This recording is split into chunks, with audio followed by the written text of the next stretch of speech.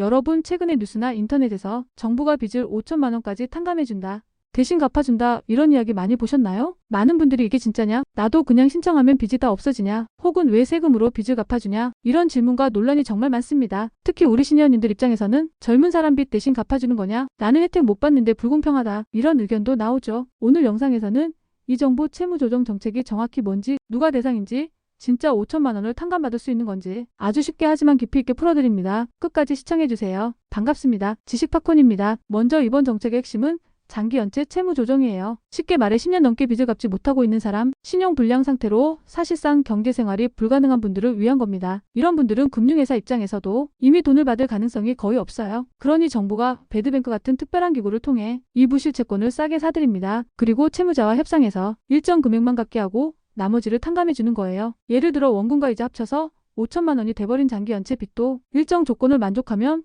100% 면제받을 수 있다는 게 이번 정책의 핵심입니다. 하지만 여기에는 아주 중요한 조건이 있습니다. 그럼 조건이 뭘까요? 아무나 신청한다고 다 5천만 원 탕감받는 건 아닙니다. 첫째, 장기 연체 상태여야 합니다. 일반적으로 10년 이상 갚지 못하고 신용불량자로 등록돼서 취업도 어렵고 대출도 막힌 사람들이 대상입니다. 둘째, 소득이 매우 낮거나 사실상 상환 능력이 없다는 걸 증명해야 합니다. 정부가 대신 돈을 주는 게 아니라 이 사람은 돈을 받을 방법이 없다고 인정될 때만 금융회사 손실을 일정 부분 세금으로 보전해주고 채무자는 채무를 면제받습니다. 셋째, 심사를 통과해야 합니다. 신청하면 무조건 되는 게 아니고 채무자의 재산, 소득, 가족 상황까지 꼼꼼히 심사합니다. 이런 기준을 만족해야만 탕감이 가능합니다. 그럼 왜 이런 정책을 할까요? 많은 분들이 세금으로 빚을 갚아준다니 불공평하다 하시죠. 사실 정부가 이런 정책을 하는 이유는 국가 경제를 살리기 위해서입니다. 10년 넘게 빚더미에 깔린 사람이 수십만 명인데 이분들이 소비도 못하고 취업도 제대로 못하고 경제활동에서 완전히 배제돼 있어요. 이걸 방치하면 사회적 비용이 훨씬 큽니다. 차라리 한번 구조 조정을 해서 채무를 정리해주면 이분들이 다시 일하고 소비하면서 세금도 내고 경제를 돌릴 수 있게 되죠. 즉 개인 구제이면서도 경제 살리기 정책입니다. 하지만 무조건적인 공짜는 아니라는 게 중요합니다. 이제 구체적인 예를 들어볼게요. 예를 들어 15년 전에 2천만 원 대출을 받았는데 이자와 연체료가 붙어서 5천만 원이 됐습니다. 이분이 10년 넘게 갚지 못하고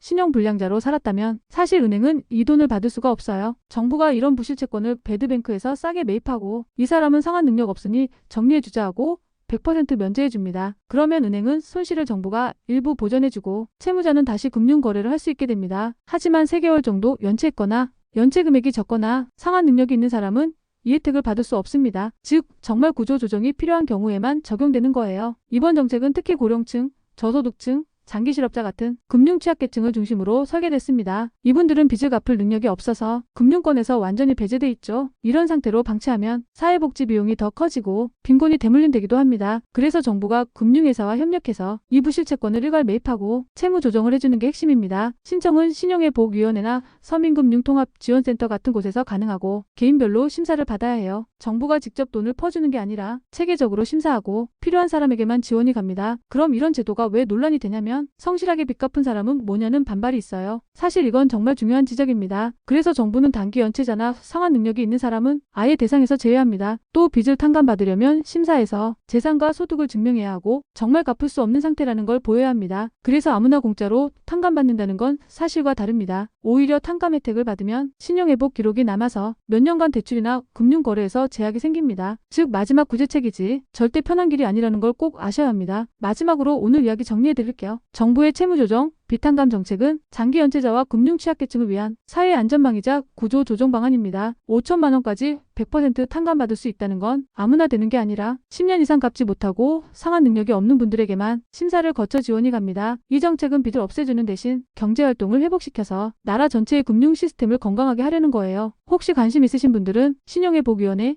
서민금융통합지원센터에 꼭 상담 받아보세요. 오늘 영상이 유익하셨다면 구독과 좋아요 부탁드립니다.